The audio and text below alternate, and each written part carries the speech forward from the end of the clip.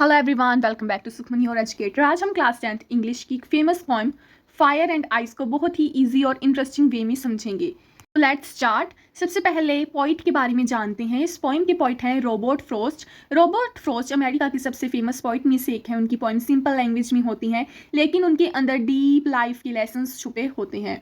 ये पोएम सिर्फ 9 लाइन्स की है, लेकिन इसके अंदर बहुत बड़ा लाइफ लेसन दिया है। आपको स्क्रीन पर पोएम दिख ही रही होगी। सोचो, अगर किसी दिन दुनिया खत्म हो जाए तो आपके हिसाब से वो फायर आग से या खत्म होगी या बर्फ मतलब आइस से खत्म होगी।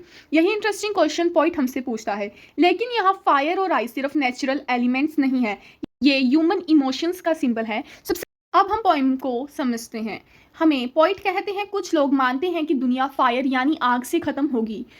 यहाँ फायर का मतलब सिर्फ आग नहीं, फायर सिंबलाइज करती है डिजायर, ग्रीड, एंगर को। ठीक है, डिजायर मतलब इच्छाएं, ग्रीड मतलब लालच और एंगर मतलब गुस्सा। पॉइंट कहते हैं कि उन्होंने लाइफ में डिजायर को एक्सपीरियंस किया है और उनके हिसाब से अगर कोई इंसान की डिजायर और ग्रीड कंट्रोल से बाहर हो जाए तो वही दुनिया को बर्बाद कर सकती है। हिस्ट्री में भी वॉर्स और कन्फ्लिक्ट्स का एक बड़ा रीजन ग्रीड और पावर की डिजायर रही है।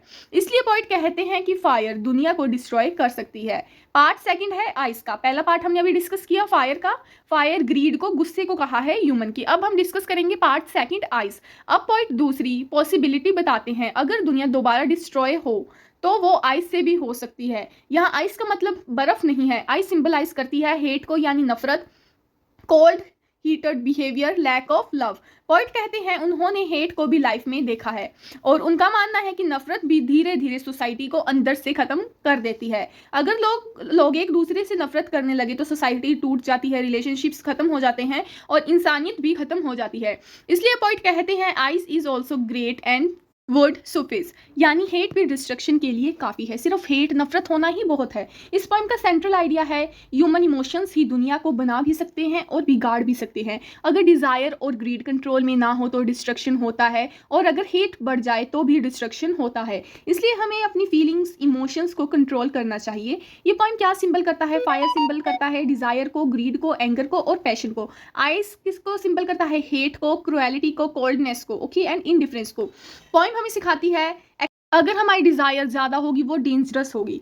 Hater destroy people and relationship. अगर हम किसी से नफरत करेंगे, हेट करेंगे, वो हमारी रिलेशनशिप को खराब करेगी। लव, काइंडनेस और सेल्फ कंट्रोल ही लाइफ को बेटर बना सकता है। हमें प्यार से रहना चाहिए। Negativity should be not there in our lifes. Negative emotions को कंट्रोल करना बहुत जरूरी है और पॉजिटिविटी फैलाना बहुत जरूरी है। पोएटिक डिवाइसेस की बात करें, इसमें राइम स्कीम है A B C B, okay. और ये सिंबलाइज क्या करती है? फायर किस चीज को सिंबलाइज करती है? डिजायर को एंड ग्रीड को। आइस किसे सिंबलाइज करती है? हेट को एंड क्रुएलिटी को। इसमें एलिट्रेशन भी है वर्ड में, सम से, okay. And S sound repeat हुई है, S and S repeated again in a line. And fourth है इमेजनरी। फायर और आइस की इमेजेस रीडर ने के माइंड में क्रिएट होती हैं, तो ये क्या है? इमेजनरी है, क्योंकि फायर और आइस की इमेज रीडर के माइंड में क्रिएट होती है। इस चैप्टर से कई बार हमें बहुत इंपॉर्टेंट क्वेश्चन पूछ लिए जाते हैं, जैसे फायर क्या सिंबलाइज करती है। मैं आपको बार बार बता रही हूँ, फायर सिंबलाइज करती है डिजायर को, ग्रीड को और एंगर को। और आइस किसे सिंबलाइज करती है? हेट को, क्रुएलिटी को, इंडिफरेंस को, ओके। और इस पॉइंट से हमें मैसेज क्या मिलता है? अगर आपको पूछ लिया जाए एग्जाम में, the point is that both uncontrolled desire and hate. अगर हमारी डिजायर और हेट अनकंट्रोल हो जाए वो हमारी लाइफ को डिस्ट्रॉय कर सकती है। Can destroy individual as well as the whole world. हमें तो डिस्ट्रॉय करेगी, हमारी रिलेशनशिप को, सभी चीज़ों को वो इफेक्ट करेगी। Therefore we should control our negative emotions and live with love and kindness. हमें प्यार से रहना चाहिए।